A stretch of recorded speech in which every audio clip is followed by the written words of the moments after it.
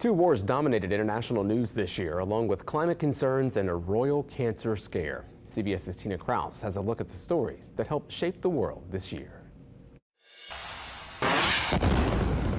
Israeli forces launched more strikes on Gaza in their mission to destroy Hamas as starvation gripped the Strip and anger grew over the suffering of Palestinian civilians. Ground troops killed the mastermind behind the October 7th attacks, but nearly 100 hostages, including several Americans, remain unaccounted for.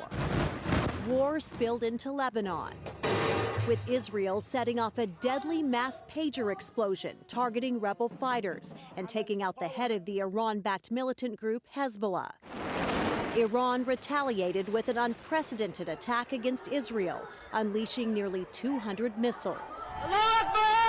A shocking shift of power in Syria with the fall of dictator Bashar al-Assad. Armed rebels took control and Assad fled to Russia, where he was granted asylum.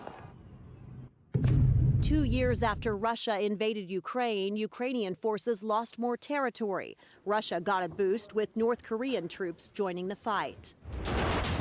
North Korea tested a new intercontinental ballistic missile designed to threaten the U.S. mainland days before the presidential election, while China braced for unpredictability in its ties with the U.S. and renewed tensions over trade, technology, and Taiwan. The deadliest earthquake in 8 years hit Japan on New Year's Day. The 7.6 magnitude quake killed more than 230 people. 2024 became the hottest year ever, a repeat of the year before, as climate scientists warned the world is headed for a climate catastrophe without significant cuts to greenhouse gases. Cancer struck Britain's royal family, with both King Charles and Princess Kate treated for the disease, but few details revealed. 88-year-old Pope Francis was in a wheelchair for much of the year and spent nearly 2 weeks on a trip to Southeast Asia and the Pacific, the longest trip of his papacy. And the French capital hosted the Summer Olympics for a third time. American athletes grabbed 40 golds in Paris and topped the medal table after nearly 3 weeks of competition. Tina Kraus, CBS News, London.